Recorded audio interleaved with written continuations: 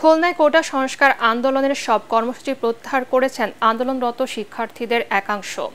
গতকাল রাত 10টা থেকে 11:30 পর্যন্ত খুলনা সার্কিট হাউজে 11 জন ছাত্র ও অভিভাবকদের সঙ্গে বৈঠক করেন মেয়র, সংসদ সদস্য, পুলিশের ঊর্ধ্বতন কর্মকর্তা ও আওয়ামী লীগ নেতারা। বৈঠকের পর তাৎক্ষণিক প্রেস ব্রিফিংয়ে শিক্ষার্থীরা কর্মসূচি প্রত্যাহারের ঘোষণা দেন।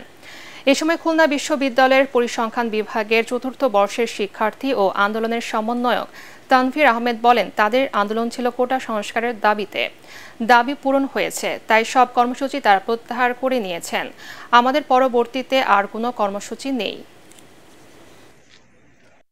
এমপি মহোদয় এবং অন্যান্য আইন শৃঙ্খলা রক্ষাকারী বাহিনীর ঊর্ধ্বতন কর্মকর্তাদের সঙ্গে আমাদের সার্বিক আন্দোলনের পরিস্থিতি এবং খুলনায় যে শান্তিপূর্ণ পরিবেশ বজায় ছিল, আমরা পারস্পরিক সহযোগিতার মাধ্যমে এই পরিবেশটি ধরে রেখেছিলাম। এই বিষয়ে আলোচনা হয়ে যারা নিহত হয়েছেন তাদের হত্যাকাণ্ডের বিচার হবে, বিচার বিভাগের তদন্ত কমিটি গঠন করার মধ্যে দিয়ে আমরা মনে করি তোমাদের দাবি মেনে নিয়েছেন। তোমরা কারো ষড়যন্ত্রের সিঁড়ি হয়ে না, তারা কনভিন্স এবং তারা স্বতঃস্ফূর্তভাবে তারা আজকে খুলনায় তারা তাদের আন্দোলনের কর্মসূচি প্রত্যাহার করেছে।